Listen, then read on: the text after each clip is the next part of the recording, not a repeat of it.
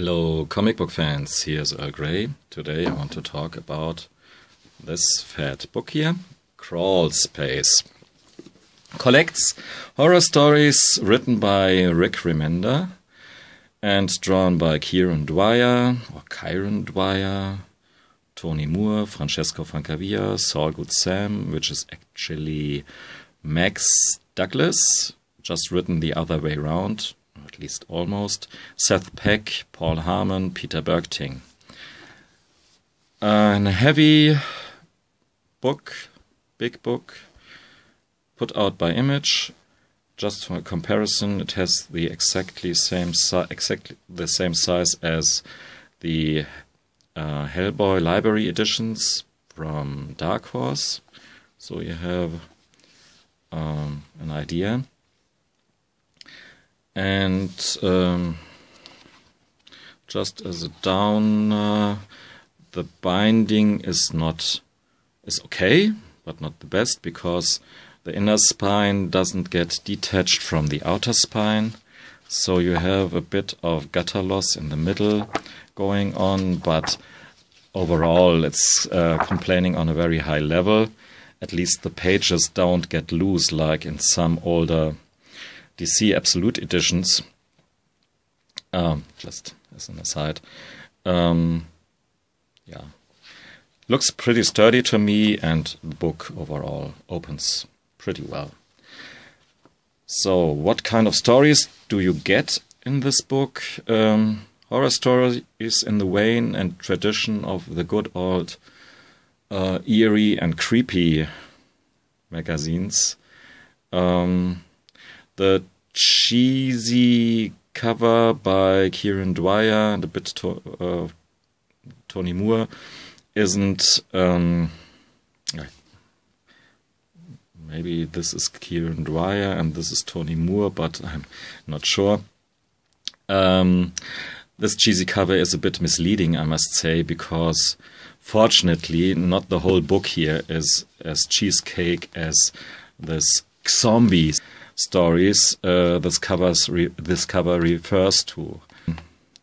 The premise of this story here is what would happen if zombies would attack the porn industry in Hollywood. In the beginning I found it quite hilarious, and it's all the way through pretty entertaining. If you can enjoy bad jokes, I mean really bad jokes, and if you not belong to the easily offended ones, yeah, because you see it here. This way, it's right from the start. It's almost like Tony Moore, who co-wrote the story. It is drawn by Kieron Dwyer, even though it looks a bit like Tony Moore here, but it's Kieron Dwyer. But Tony Moore co-wrote it with Rick Remender, and it's almost like he took revenge on these Walking Dead narratives and tells them so over the top that the whole story goes incredibly wild. The narration holds no barriers, and I'm not very comfortable I was not very comfortable at one point in the story, and then it gets a bit lost to me because the density of bad jokes was just too much for me. Some bad jokes, okay, but when you're starting to turn a room full of babies into baby zombies and smash their skulls afterwards, I think no. So, yeah, not my favorite story in it, but it sure is something. Let's put it that way. And this is just a small part of this book here. It was a 4-issue miniseries. A story that I do like more as the second story or the first story in this book, but another story by Kieron Dwyer, Nightmare. It's done in this sketchy way, where you can see the lines of the pencil or charcoal, or somehow it's difficult to say nowadays how drawings are made, because you can maybe do some of this on the computer as well, with a pad or something like this. But anyway, it has really this indie, underground-y feel, even though when I say so it sounds terrible, but I think you can see what I mean with it. And the reality is told in black and white, and there are some dream sequences as interludes, and almost like in old Hitchcock movies where psychoanalysis played a big role. It comes here,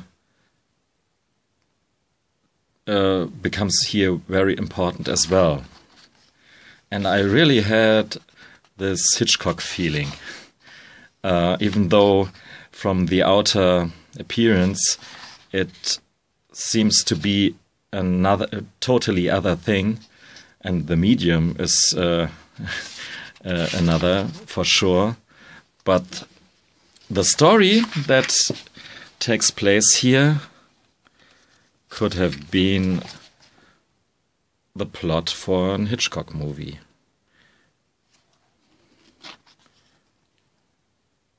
That's as much as I wanted to tell you about this, because this story you should read. If you're not getting this crawl space anthology, maybe you have the chance to buy it in singles or some way else. Read it. It's a brilliant story. This one is really good, really well written. But the best story here, hands down, is not very surprisingly, the story that was drawn by Francesco Francavilla, Sorrow. And it's stylish as hell and makes me somehow wish that Francesco Francavilla has the time to, what I would have had the time to draw The Walking Dead. Francesco Francavilla's art here is Francesco Francavilla, and this equals fantastic, in my opinion. And the story really gets horrifying. Dwelling in cliches, there are these innocent, or sort of innocent, quite younger people stranding in the desert, getting surrounded by the dead, and spooky children like this one play a role here. But hey, it takes, I must say it takes balls to tell a story that's been told 1,000 times in a new variation and getting you hooked. It's really gripping, the story here, and has fantastic art, to say it again. I don't understand why Kieron Dwyer did here the covers, because the covers for this series seem to be pretty lame in comparison to the fantastic interiors. And it's maybe the first story from Francavilla I saw in black and white, but it works pretty well. Yeah. So that's the star of the book, no doubt about it.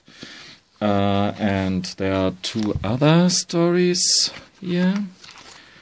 One short one, this one here. It's called Creatures, and if it looks a bit like BPRD in a Western setting, then because it is BPRD in a Western setting, starring Theodore Roosevelt and Edgar Burrow Rice, the writer of Tarzan, and John Carter. It's a BPRD clone, but an entertaining clone. And it's not the worst thing to do to copy something out of the Mignola-verse, I think. People should do this more often. The second part of the book here is taken by a 13-part series, Sea of Red, drawn by Kieron Dwyer, Paul Harmon, and that Max Douglas guy, with a little help in the last episodes by Francesco Francavilla.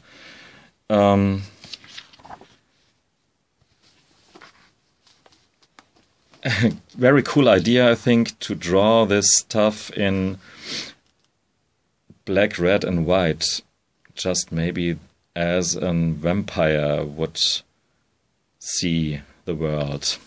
About this Spaniard sailor that was bitten by vampires and has to endure 500 years under water down in the ocean, and then he meets some guys in a submarine. No, here that's a flashback. Yeah, here the guys in the submarine came, and quite cool idea to connect our modern times in this way with the old tales about vampires. And this director dude here is quite an asshole who wants this vampire for his next movie, and that's the starting point, and we come to know more and more vampires, vampirates. There are different groups of them who fight each other, and there are some different romantic narratives going on.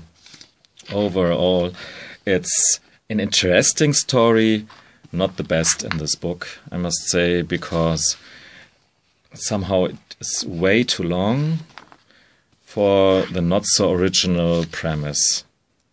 When you're experimenting, like the artists here experiment with different ways of doing their panels and coloring, sometimes you hit the nail and sometimes you don't. So there are really great panels, but not so great art as well. That looks really trashy sometimes. especially in the middle, in the middle of this story, there are some parts I'm not so fond of. But sometimes I think you can overdo experimentation, and you get some a bit muddled art, muddy art. I'm pretty sure in the vid it looks pretty amazing, this double-page spread here. But I can tell you, actually, if you're holding the book, it's a bit too blurry. And the way the coloring is done is a bit too obvious. This Photoshop effect where you get whales of colors with a move. Don't know the English word for this right now, but it is done a bit too much the cheap way here. But overall, nothing cheap about this book here. You get the typical bonus stuff in the end, some drawings by Francesco Francavilla, and the covers in small size, a bit, some layouts, more art. I think for a fan of Rick Remender, it's clearly a must. You have to read this. But you can't compare it to Fear Agent or so. If I have to give this book stars or something like this, I would give it 7 out of 10 or 7.5 out of 10. Don't know. Fortunately, I usually don't do this kind of valuation, so I won't start with it anyway. So, thanks for listening and watching. Goodbye.